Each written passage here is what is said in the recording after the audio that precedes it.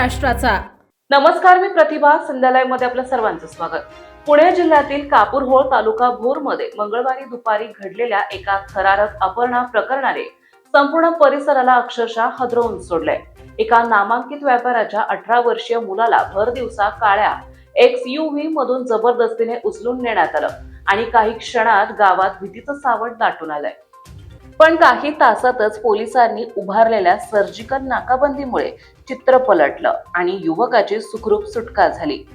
कापूरहोळ मधून काळ्या रंगाची स्कोडा गाडीतून अपहरण झालेल्या तरुणाला पळवून नेले जात असून मांडकी मार्गे ही गाडी जात असल्याचं जेजुरी पोलीस स्टेशनला माहिती मिळाली।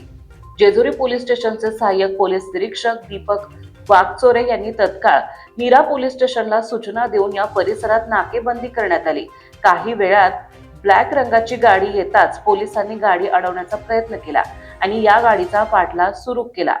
काही अंतरावर ब्लॅक रंगाच्या गाडीच्या चालकाचे नियंत्रण सुटले आणि गाडी उसाच्या शेतात घुसली।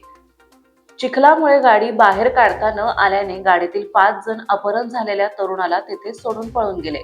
दरम्यान पोलिसांनी अपहरण झालेल्या तरुणाला सुखरूप ताब्यात घेतले। जेजुरी नीरा पोलिसांनी पळून गेलेल्या आरोपींचा शोध घेऊन अक्षय लक्ष्मण इंगुळकर, अक्षय दत्तात्रय भालेराव मांजरी हडपसर आरोपी डोंगरात पकडले, तर पंकज भालेकर गणेश धाडवे राहणार कामथडी हे फरार झाले असून पोलीस पथके या आरोपींचा शोध घेत आहेत।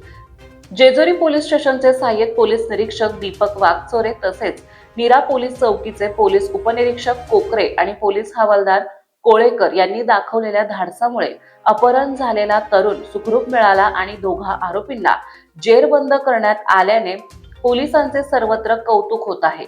या अपहरणामागे नेमके कारण काय?